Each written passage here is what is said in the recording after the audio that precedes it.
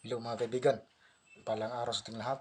Nagbalik naman po yung kagimat, ang gimat ni alias Pugi. So ngayon mga kaibigan, so ating tatalakay ngayon ang pinakamalakas na agimat.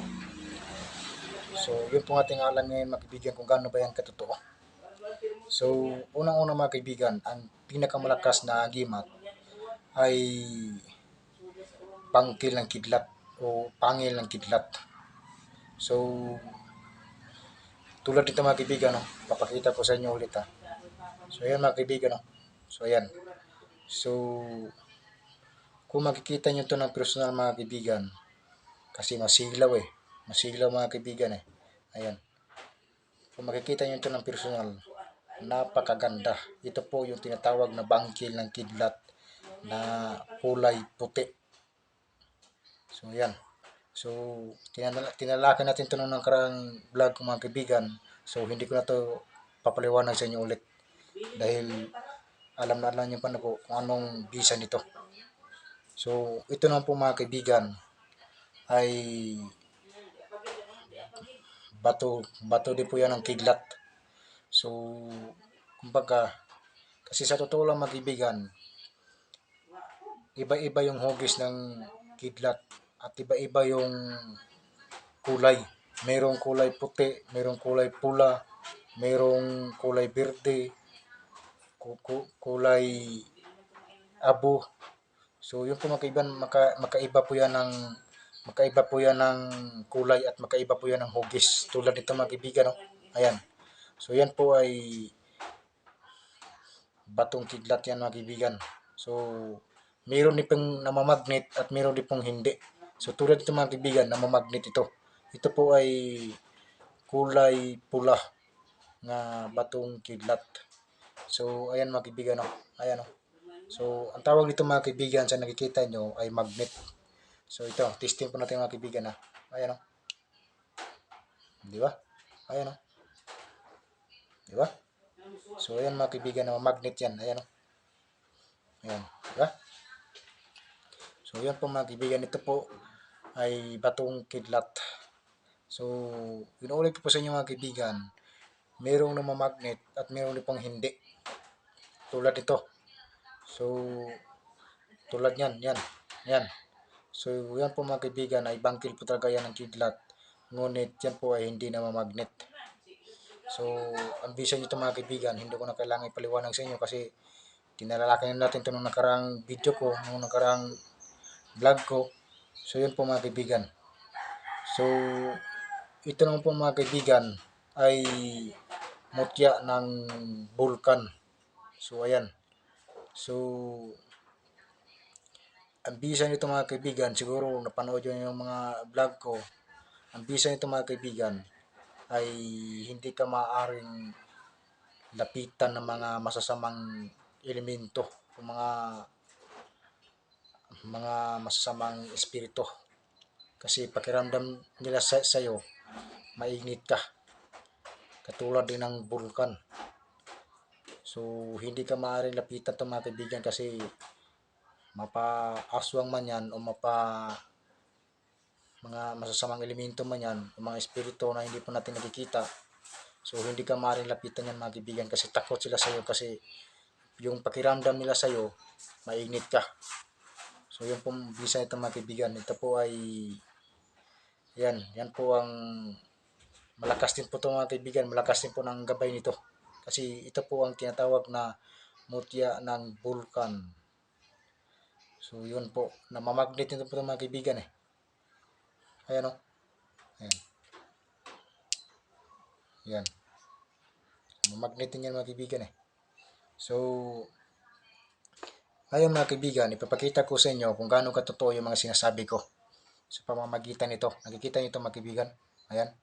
So, nung nakaraang video ko, nung nakaraang sinasabi ko na hindi ko ito papakita sa inyo kasi baka ma-toxic tayo rito sa YouTube channel, baka ma-block tayo. So, ngayon mga kaibigan, bahala na. Basta ipapakita ko sa inyo kung gaano katotoo yung mga anting-anting o agimat. So, pagmasdan nyo po mabuti mga kaibigan na. Yo. So, ito po yung talim niya mga kaibigan. Ito. Ito, nakakatakot mga kaibigan eh. Kasi matulis to mga kaibigan, no? Matulis. Ayan, no? Matulis. Ayan, nakakatakot eh. So, ito mga kaibigan, pagmasdan niyo po mabuti. Dahil hindi ko napabayang video ito. So, ito mga kaibigan, pagmasdan niyo po mabuti. So, ito na.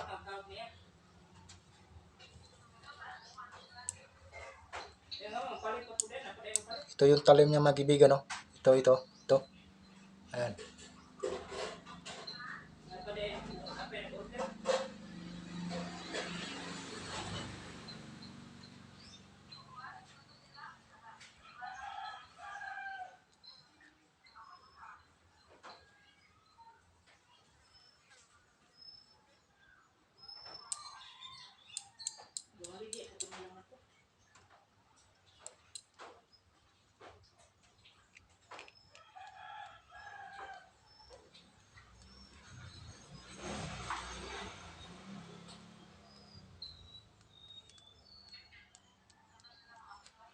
So, ayan mga kaibigan, no? So, wala kayong makikita ng sugat dyan mga kaibigan. So, pati dito sa leg ko, wala kayong makikita ng sugat dyan. So, kung pwede lang mga kaibigan, kung kukuha kayo sa mga sarili kong mga gamit, so, tuturuan ko muna kayo kung anong tamang proseso, yung tamang paggamit, at kung paano yung paganahin. Kasi kapag hindi nyo alam yung tamang proseso niya, yung tamang paggamit, at kung paano nyo paganahin, so, at sinusubukan nyo, o maaari ka talaga kayong tablan mga kaibigan. Kaya sabihin pa natin tunay yung mga hawak ninyo. Kasi sa totoo lang mga kaibigan, kung gusto nyo subukan yung mga tangan-tangan po nyo ng anting-anting o agimat, alamin nyo po muna kung anong tamang proseso yan. Kasi tinalaki na natin ng nakaraang video ko, yung nakaraang vlog ko, na ang tunay ng mga anting-anting o agimat, may tamang proseso yan, may tamang paggamit at kung paano yan paganahin. Kasi kapag hindi mo alam yan, so huwag mo nang subukan dahil maaari kang tablan ng mga matutulis na bagay. Maaari kayo kahit sa pagtama ng bala ng baril, so pwede yan tatalab sa inyo kapag hindi kayo marunong gumagamit niyan.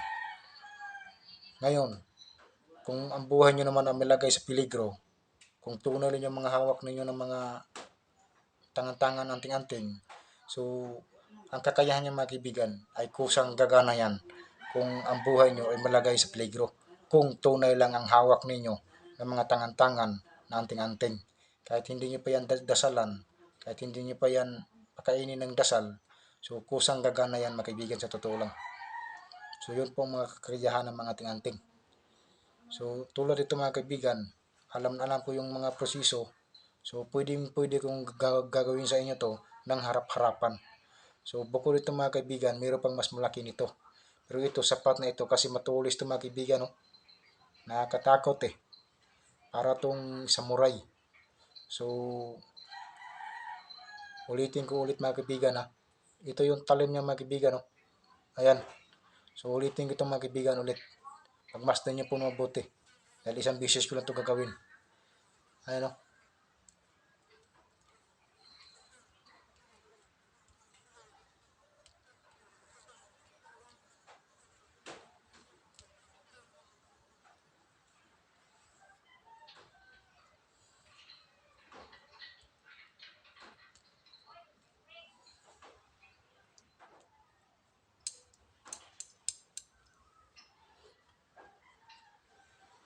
So ayan mga kaibigan, wala kayong makikita sugat dyan mga kaibigan. No? So wala kayong makikita sugat dyan mga kaibigan. So bawat paghampas ito mga kaibigan, hindi ka nga nasusugatan, iniinda mo naman yung sakit. Kasi medyo malakas yung paghahampas ng mga kaibigan eh. Hindi ka nga nasugatan, ngunit iindahin mo naman yung sakit. Kumbaga, sa bala ng baril na tatama sa iyo, hindi ka nga tinatablan, ngunit iindahin mo naman yung sakit. So yun po mga kaibigan. Mas maganda mga kaibigan na malakas ang tangan-tangan po nyo na anting-anting na hindi kayo kayang putukan ng baril. So yun po mga kaibigan kasi kapag pumutok yung baril sa inyo at hindi kayo nga tinatablan, ngunit iindahin mo naman yung sakit. yung bala ng baril sa pagtama sa inyo. Kung hindi kayo tinitabla ng bala. So, iindahin mo yung sakit mga kaibigan. Tulad nito paghampas ito. Hindi nga ako nasugatan, ngunit iniinda ko naman yung sakit. So, yun po yung totoo mga kaibigan, sa totoo lang. So, bawat paghampas niyan mga kaibigan, bawat paghampas, hindi ka nga nasusugatan, ngunit sa totoo lang, iniinda mo naman yung sakit. So, yun po yung totoo mga kaibigan. Kasi, kung sugat lang yung pag-uusapan natin, ay wala talaga kayo makikitang sugat dyan. Yan. Wala kayong makikitang sugat dyan mga kaibigan. Kung sugat lang pag-uusapan natin. Ngunit ang totoo niyan, inuulit ko po sa inyo, bawat paghampas nito ay iindahin mo yung sakit. Kasi medyo malakas yung pagkahampas ko eh. Matulis pa naman ito mga kaibigan, no? Nakakatakot eh. So ayan po mga kaibigan. Nakikita nyo na kung gaano katotoo yung mga sinasabi ko. Kung gusto niyo po mga kaibigan, subukan ko pa sa inyo ng harap-harapan.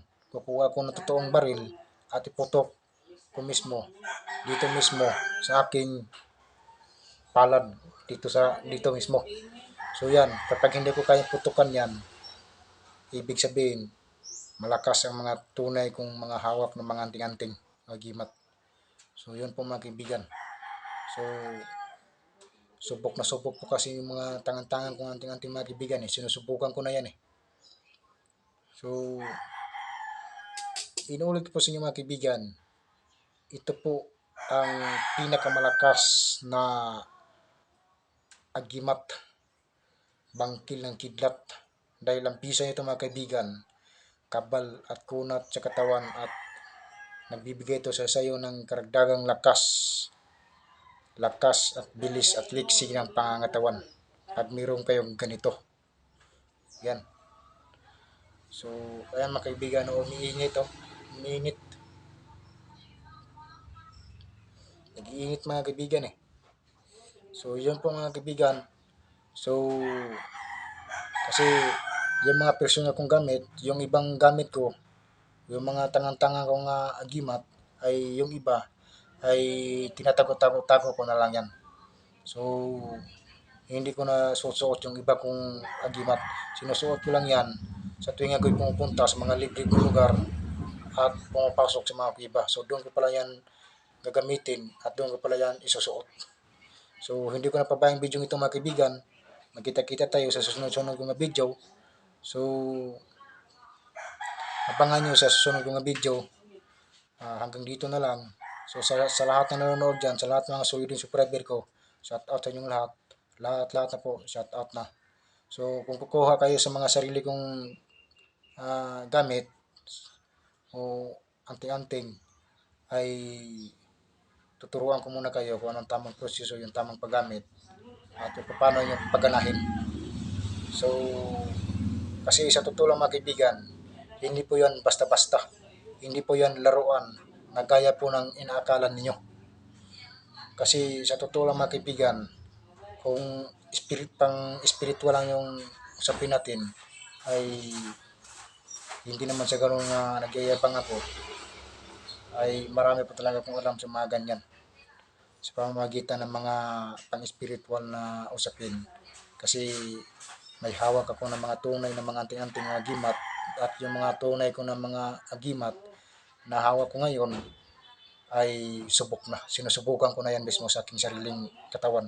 Kung gusto nyo, subukan ko pa yan sa inyo ng harap-harapan. So hanggang dito lang mga kaibigan ang video ito. Hindi ko napabain. So magkita-kita tayo sa susunod kong video.